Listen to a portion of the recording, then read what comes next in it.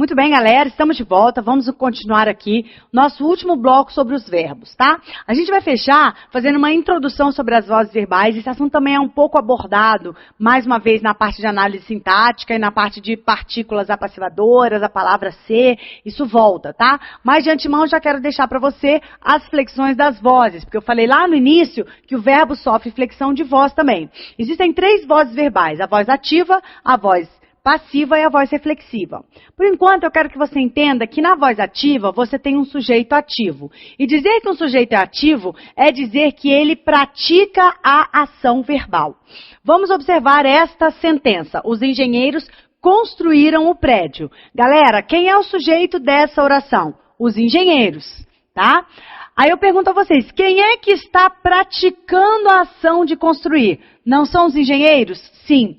Os engenheiros não são classificados como sujeito? Sim. Então, se o sujeito pratica a ação, ele é sujeito ativo. E se eu tenho sujeito ativo, eu tenho voz ativa. Por enquanto, pessoal, eu vou me ater a essas explicações breves aqui. Mas, mais uma vez, eu volto a dizer, quando nós estivermos estudando a análise sintática, bem como a partícula ser, esse assunto volta e aí fica até mais claro. Porque, por enquanto, eu ainda não te expliquei o que é sujeito. É claro que aqui eu coloquei exemplos bastante simples para que nós possamos visualizar o sujeito, porque é fácil a gente visualizar que o sujeito aqui é o termo os engenheiros. Então, o que eu quero que você entenda é, se o sujeito praticar a ação, ele é chamado de sujeito ativo, e o sujeito ativo é o que caracteriza a voz ativa. Por enquanto, isso basta pra gente. Beleza? Mais um exemplo. Os alunos estudavam a matéria da prova. Quem é o sujeito da oração, pessoal? Aí também tá fácil de perceber, né? Os alunos. Os alunos. Quem praticou a ação de estudar? Os alunos. Então, os alunos é um sujeito ativo. Sendo o sujeito ativo, isso aqui é voz passiva. Se o sujeito praticou a ação verbal, ele é sujeito ativo. Isso aqui é voz ativa. Joia? E o nosso terceiro exemplo, Ana esperará o amigo. Quem é o sujeito da oração? Ana. Ana está praticando a ação, né? Quem é que está esperando o amigo? É a Ana.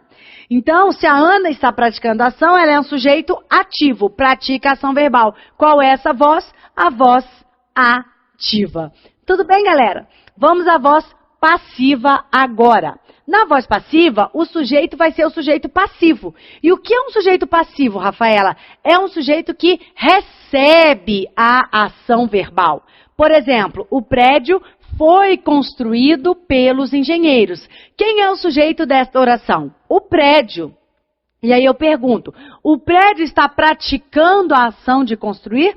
Não, não está praticando a ação. Pelo contrário, ele está recebendo, ele está sofrendo a ação verbal. Nesse caso, então, galera, o sujeito é passivo, a voz é passiva. Tudo bem? Beleza. Agora aqui, a matéria da prova era estudada pelos alunos. Está aqui, quem é o sujeito da oração? O que era estudada? Resposta, a matéria da prova. A matéria da prova é o sujeito, e aí eu pergunto, esse sujeito está praticando a ação de estudar ou está recebendo a ação de estudar? Está recebendo a ação de estudar. Sendo assim, ele é um sujeito, então, que recebe a ação, é um sujeito passivo, isso é voz passiva. E, por fim, o amigo será esperado por Ana. Quem é o sujeito da oração? O amigo.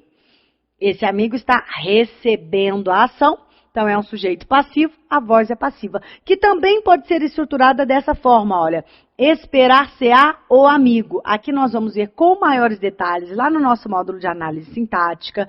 O sujeito continua sendo amigo. Aqui eu tenho um exemplo de voz passiva sintética. Por enquanto eu quero que você anote isso no seu material, tá? Voz passiva sintética é o exemplo daqui de baixo. Olha a palavra ser que eu falei para vocês que vai aparecer. E quando ela aparecer, nós vamos tratar com maiores detalhes sobre essa sentença. Pode guardar essa informação e confiar em mim, que no seu módulo de análise sintática nós vamos analisar isso com maiores detalhes. Por enquanto, eu quero que você visualize. O sujeito da oração recebe a ação? Sim. Se ele recebe a ação verbal, ele é um sujeito passivo, tá? E a voz é passiva. Beleza? Ok, galerinha. Então, vamos agora para a terceira voz, que é a voz reflexiva. Na voz reflexiva, o sujeito, ele é ativo e passivo, tá? Aqui é o sujeito ativo e passivo. Aqui ficou errado, eu vou arrumar isso aqui no material de vocês. Na voz reflexiva, o sujeito é ativo e passivo. Quando você estiver assistindo, isso aqui já vai estar corrigido, tá? O sujeito é ativo e passivo, ou seja, ele pratica e recebe a ação verbal ao mesmo tempo. Então, olha o exemplo. Juliana se cortou. Juliana se cortou. Sendo assim, quem é o sujeito da oração? Juliana. Aqui, a Juliana praticou a ação? Praticou a ação. E a Juliana recebeu a ação? A Juliana recebeu a ação. Então, ela é sujeito agente e paciente. Sujeito ativo e passivo. Pratica e recebe a ação verbal. Isso é voz reflexiva. Eu tô rindo porque o nosso curso é extremamente online, né? Você viu que no momento em que eu falei, automaticamente já houve a correção aqui para vocês. Então, sensacional, atualconcursos.com. Venha que você não vai se arrepender. Beleza, galera? Juliana se cortou, sujeito, agente e paciente, praticando e recebendo a ação verbal, voz reflexiva. Prosseguindo, pessoal, a respeito de teoria de verbos, nesse primeiro momento do nosso curso de classes gramaticais, os nossos assuntos estão esgotados. Nós vamos agora passar para vocês 2 exercícios para a gente fixar esse assunto. Lembrando que, em termos de analisar o verbo nos seus aspectos gramaticais, colocamos aqui todos os pontos que aparecem nas provas. Vamos realizar esse exercício aqui, então? Complete a sentença com a forma verbal correta. O governo pede que a população. Você acha que não, mas essa é uma questão de conjugação verbal. Por essa razão, aquelas tabelinhas que eu coloquei no seu material de apoio devem sim ser estudadas. Às vezes o aluno fala, o professor nem leu em sala, o professor nem deu valor, então também não vou dar valor. Gente, eu não fiquei conjugando o verbo aqui no vídeo, porque não teria o menor sentido eu ficar repetindo, né? Isso aí você faz em casa, mas é lógico que você tem que saber conjugar todos os verbos em todos os modos e todos os tempos, pelo menos os verbos regulares, né? Isso aparece sim em concurso. E aqui, para aqueles mais espertos que já conseguiram perceber, veja bem, o governo pede que a população. Aqui eu tenho qual verbo na conjugação?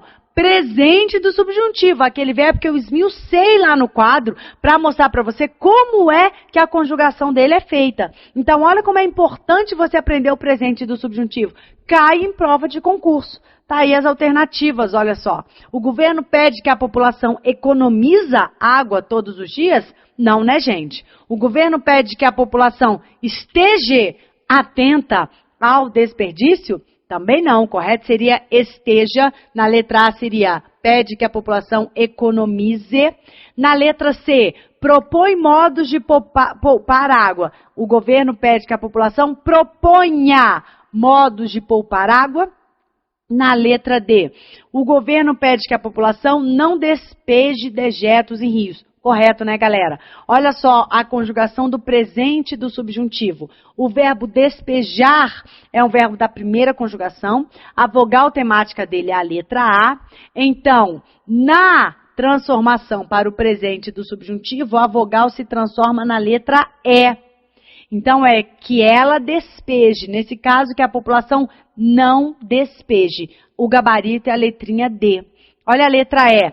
Pede que a população não consome água em excesso. Está errado, pessoal. O verbo é consumir. Vogal temática, letra I. Então, na conjugação do presente do subjuntivo, essa vogal se transforma em vogal temática A.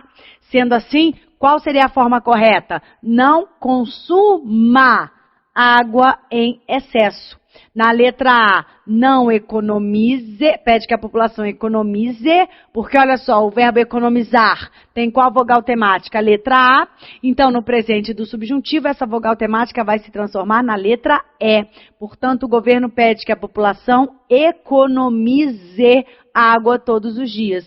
E na letra B, pessoal, o verbo é estar, né?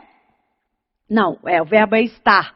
Então, ele pede que a população esteja atenta ao desperdício. Beleza, pessoal? Não é o esteja, né? Não quero que você seja, não quero que... né? É esteja, é seja feliz. Eu quero que você seja feliz, né? Já viu? Já terminou o namoro? Eu quero que você seja muito feliz. Tá falando errado, tá falando mentira. Não quer que seja feliz porcaria nenhuma. O correto é eu quero que você seja feliz e não seja feliz ou esteja feliz, tá? É seja e esteja. Beleza? Vamos fazer mais um, pessoal? Aqui, ó. Ela o abandonara. Sobre o verbo destacado, é correto afirmar o quê? Pessoal, o verbo é abandonara. A essa altura do campeonato, eu tenho a plena convicção de que você já conjugou todos os verbos e já está atento a essa conjugação. De modo que você sabe que esse verbo aqui é o verbo do pretérito mais que perfeito. Lembra que eu falei? O que que, em regra, o pretérito mais que perfeito indica? O pretérito mais que perfeito indica, em regra, o quê? Uma ação passada em relação a outra passada. Vamos ver as opções? Letra A, indica um fato passado interrompido? Não, interrompido não. Letra B, indica uma verdade universal? Também não. Qual é o tempo que indica a verdade universal, galera? Presente do indicativo. Lembra, as mulheres são mais evoluídas do que os homens. Letra C, indica uma ação contínua no passado? Não. Qual é o verbo que indica uma ação contínua no passado? É o pretérito imperfeito. Eu estudava todas as tardes. Era uma ação contínua no passado. Pretérito imperfeito. Letra D, indica uma ação concluída no passado? Galera, a ação concluída no passado é indicada pelo tempo pretérito perfeito. Eu estudei a noite inteira. Ação concluída no passado. Por fim, nós temos a letra E. Indica um fato passado anterior a outro fato passado. Gente, é exatamente aquilo que eu falei para vocês. O pretérito mais que perfeito, ele indica um fato passado em relação a um outro fato também passado. Portanto, senhores, a alternativa é a letra E. Beleza, galera? Galerinha, sobre os verbos, era esse o meu recadinho para vocês nesse nosso módulo de classes gramaticais, ok? No nosso próximo bloco, nós vamos trazer uma classe gramatical nova. Eu espero você com toda a sua atenção. Até já!